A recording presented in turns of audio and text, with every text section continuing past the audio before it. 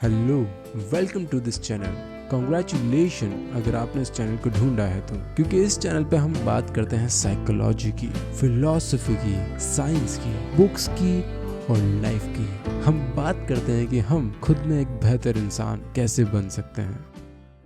Hello everyone, मेरा नाम है अंशुल शर्मा और मुझे नई चीज़ें जानना और दूसरे लोगों को वो नई चीज़ें सिखाना काफ़ी ज़्यादा पसंद है। प्रोफेशनली आई टीच बायोलॉजी और आज की वीडियो है काफ़ी ज़्यादा सेंसिटिव। पहले ही मैं डिस्क्लेमर देना चाहूँगा, अगर आपको मेरी बातें पसंद नहीं आती हैं, आपको लगता है कि मैं गलत शब्दों का इस्तेमाल कर रहा हूँ, तो उसके लिए मैं पहले ही माफ़ी चाहता हूँ। आप चाहें तो वीडियो को अभी छोड़ सकते हैं या फिर कमेंट में आप मेरी तारीफ कर सकते हैं या फिर डिसलाइक करके जा सकते हैं वीडियो को। बट मुझे लगता है कि टॉपिक बहुत ज़्यादा इंपॉर्टेंट है, किसी ना किसी को तो इस पर बात करनी ही पड़ेगी। ये टॉपिक है लाइफ के बारे में। क्यों ये टॉपिक ज़रूरी इसलिए है क्योंकि काफ़ी ज़्यादा बच्चों की ज़िंदगी इस चीज़ की वजह से ख़राब हो रही है। Poor mental health, depression, anxiety, hopelessness, lack of self esteem, thoughts to quit, anxiety, fear, foul language, substance abuse, bad habits, bad decisions, heartbreaks, depression, unorganized personality, ये सारी चीज़ों की वजह एक चीज़ हो सकती है, पुअर पेरेंटिंग।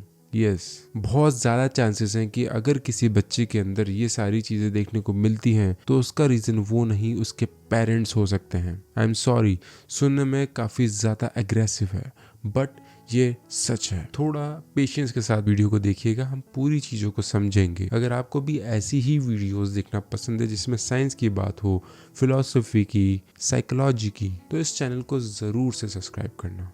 देखिए, स्टडीज़ शो करती हैं कि जिन बच्चों के पेरेंट्स स्ट्रिक्ट होते हैं, उन्होंने स्ट्रिक्ट बचपन देखा होता है, आगे चलकर उनमें लो सेल्फ स्टीम की problem, low self confidence, depression जैसे सिम्टम्स देखने को मिलते हैं। अब किसी इंसान के अंदर अगर low confidence, low self esteem होता है तो वो एकेडमिक्स में भी काफ़ी ज़्यादा पुअर परफॉर्मेंस शो करता है। ऐसा बच्चा, ऐसा इंसान एकेडमिक्स में तो फेल होता ही है, साथ साथ सोशल लाइफ में भी फेल हो जाता है क्योंकि वो अच्छे दोस्त बना ही नहीं पाता है। इंसान के दिमाग को उसको थोड़ा बहुत खुश रखने की भी ज़रूरत होती है, तो ऐसे बच्चे शॉर्ट टर्म प्लेजर की तरफ जाते हैं और शॉर्ट टर्म प्लेजर में आते हैं गलत चीज़ें, जैसे कि सब्सटेंस अब्यूज़ की बात हो रही है तो मैं एक और चीज़ के बारे में बात करना चाहूँगा, जो है child abuse is not every time beating a child. हमेशा मारपीट बच्चे के साथ ही चाइल्ड अब्यूज़ नहीं होता है, वायलेंस ही अब्यूज़ नहीं है। अगर बच्चे ने बचपन में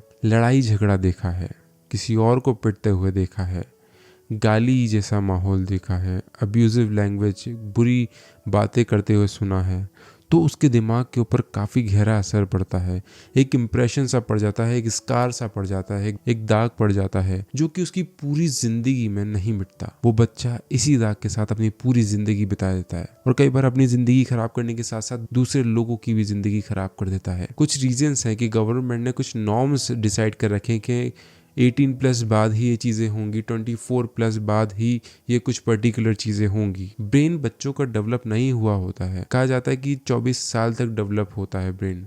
अब कुछ स्टडीज़ बोलती हैं इसके आगे भी डेवलप होता है, पूरी लाइफ लॉन्ग डेवलप होता है। बट 10 साल तक की उम्र के बच्चे का ब्रेन काफ़ी ज़्यादा कच्चा होता है। अगर वो कुछ भी उल्टा सीधा गलत ऊपर नीचे देखता है, सुनता है, तो उसके दिमाग पे वो चीज़ इम्प्रिंट होने के चांसेस काफ़ी ज़्यादा हैं। एक 32 साल के इंसान के अंदर एक 10 साल का बच्चा कैद होके रहता है। वो 10 साल का बच्चा उसके अंदर परेशान होता रहता है और वैसे ही खत्म हो जाता है। वो बच्चा उस इंसान के अंदर खुद को दबा हुआ महसूस करता है, जो कि उसने बचपन में महसूस करा होता है। इस बच्चे को आज़ाद कोई नहीं कर सकता। एक बार ये बच्चा कैद हो गया तो इसकी कीमत उस इंसान को पूरी ज़िंदगी चुकानी पड़ती है। अगर आपके माँ बाप ने आपके साथ कुछ करा और उनके माँ बाप ने भी उनके साथ कुछ करा है और आप भी अपने बच्चे के साथ कुछ कर रहे हो, तो वो चीज़ सही नहीं है। ये चीज़ पीढ़ी दर पीढ़ी आपके अंदर चली आ रही है और ये चीज़ आपकी आने वाली पीढ़ी, आपकी औलादों के लिए काफ़ी ज़्यादा खराब है। ज़रा सोचिए कि किस तरीके का इंसान आप उसे बना रहे हैं। क्या वो आपके लिए ठीक रहेगा या नहीं? सोचिए ज़रा, ये चीज़ काफ़ी ज़्यादा खतरनाक है। मेक श्योर कि आपके बच्चे आपका इन्वेस्टमेंट नहीं है, कि आप उनमें इन्वेस्ट करें और आपको रिटर्न्स मिलें। इन्वेस्ट करने के लिए अलग चीज़ें होती हैं। आप अगर अपने बच्चों से, अपनी औलादों से काफ़ी ज़्यादा प्रेम करते हैं, प्यार करते हैं, तो आप उनको सोने के पिंजरे में रखेंगे, उसे हर चीज़ प्रोवाइड करेंगे। ज़रा सोचिए ये चीज़ उनके लिए कितनी ज़्यादा हानिकारक है, कितनी ज़्यादा ख़राब है। वो अपने पैरों पर कभी खड़े ही नहीं हो पाएंगे, उनका विकास ही नहीं हो पाएगा। शारीरिक तो फिर भी हो सकता है, बट मानसिक बिल्कुल नहीं हो पाएगा। वो नहीं समझ पाएंगे दुनियादारी, वो नहीं समझ पाएंगे कि लोग कैसे होते हैं, चीज़ें कैसे काम करती हैं, दुनिया कैसी होती है, नहीं समझ पाएंगे। अगर इसकी जगह आप उनको छूट देते हो कि जाओ खुद एक्सपेरिमेंट करो, खुद नई चीज़ें सीखो, अगर कहीं चोट खाते हो, धोखा खाते हो, तो हम तुम्हारे पीछे खड़े हैं। तो ऐसे बच्चों के अंदर जो कॉन्फिडेंस पैदा होगा, जो पर्सनैलिटी डेवलप होगी, उसके कहने ही क्या है। क्या आपको अपने बच्चों का चेहरा नहीं दिखता है? आपका बच्चा 15 साल का, 18 साल का, 18 साल से आपके साथ रह रहा है देखा जाए तो क्या आप उसके चेहरे को देखकर नहीं बता सकते कि वो खुश है या दुखी, वो क्या चाहता है क्या नहीं चाहता है, उसके दिमाग में क्या चल रहा है? नहीं समझ पा रहे हैं आप? कहीं ना कहीं कमी है, सोचने की जरूरत है। Never compare your children with anybody else. कभी भी अपनी औलाद को, अपने बच्चों को किसी भी और इंसान से, किसी और के बच्चों से कंपेयर ना करें, ठीक है? ये चीज उन्हें तोड़ देती है। पहले ही वो काफी चीजों से परेशान है और उसके ऊपर से ही कंपैरिजन नहीं चल पाता से, नहीं हो सकता। ये ऊपर वाला जिसने हम सबको बनाया वो काफी ज्यादा महान है। हर इंसान को उस परमात्मा ने यूनिक बनाया है, तो लोगों को यूनिक ही रहने दो। आपको किसी और के जैसा बनने की जरूरत नहीं है, ना ही आपकी औलाद को बनने की जरूरत है। They are unique, they are beautiful, they are brilliant. So make sure कि श्राप आप उन्हें नहीं दे रहे हो। जरा सोच के देखिए कि अगर मैं आपसे कहूँ कि भाई आपको अपना कौन सा हाथ ज्यादा पसंद है, राइट वाला या फिर कि लेफ्ट वाला, आप कंफ्यूज हो जाओगे ना। सोचोगे किस तरीके का क्वेश्चन है, दोनों हाथ अपने अपने अलग काम करते हैं, दोनों ही जरूरी है मेरे लिए। समझ पा रहे हो? यही चीज़ मैं आपको कहना चाह रहा हूँ। मैं हाथ जोड़ के आपसे माफ़ी मांगता हूँ कि मेरी बातें अगर आपको गलत लग रही हो तो, पर मुझे लगता है कि ये आपकी प्रॉब्लम नहीं तो काफ़ी ज़्यादा दूसरे लोगों की प्रॉब्लम है। काफ़ी बच्चे इस माहौल में सरवाइव कर रहे हैं, जहाँ पर हम समझेंगे इसको और ज़्यादा बेहतरी से कैसे इसको सुधारा जाए, ये क्यों होता है, क्या होता है। ठीक है, देखिए आपके बच्चे को आपकी बेहद ज़रूरत है। अगर आप उसकी ज़रूरतें पूरी नहीं करेंगे, ज़रूरतों से मेरा मतलब मटीरियलिस्टिक चीज़ों से नहीं बल्कि इमोशनल ज़रूरतों से है। अगर आप उसकी ज़रूरतें पूरी नहीं करेंगे, कोई और कर देगा। अगर वो कोई और इंसान सही इंसान ना हुआ तो आपका बच्चा वापस धोखा खाएगा, दुख पाएगा। इंसान का नेचर है, जो चीज उसको आप पे से नहीं मिल पाई ना, वो चीज बाहर ढूंढने जाएगा ही जाएगा, और बाहर उसके फेल होने के चांसेस ज्यादा हैं। दुनिया खाने को बैठी हुई है। ये सच है कि ऐसे बच्चे जिनके पेरेंट्स नहीं होते हैं वो अपनी लाइफ में काफ़ी बेहतर कर लेते हैं, बट ये भी सच है कि ऐसे बच्चे भी होते हैं जिनके पेरेंट्स नहीं होते, वो अपनी ज़िंदगी के कुछ साल बाद अपनी ज़िंदगी को जेल में पाते हैं। It is a fact, it's a truth. Logically सोच के देखिए। कुछ केसेस की यहाँ पर मैं बात करना चाहूँगा जो कि आपको और ज़्यादा समझने में हेल्प करेंगे। केस नंबर 1, मैंने देखा है कुछ ऐसे पेरेंट्स को जो कि अपने बच्चों की पढ़ाई के लिए, एजुकेशन के लिए, उनकी कंफर्ट के लिए हर चीज़ में शावर करने को तैयार होते हैं।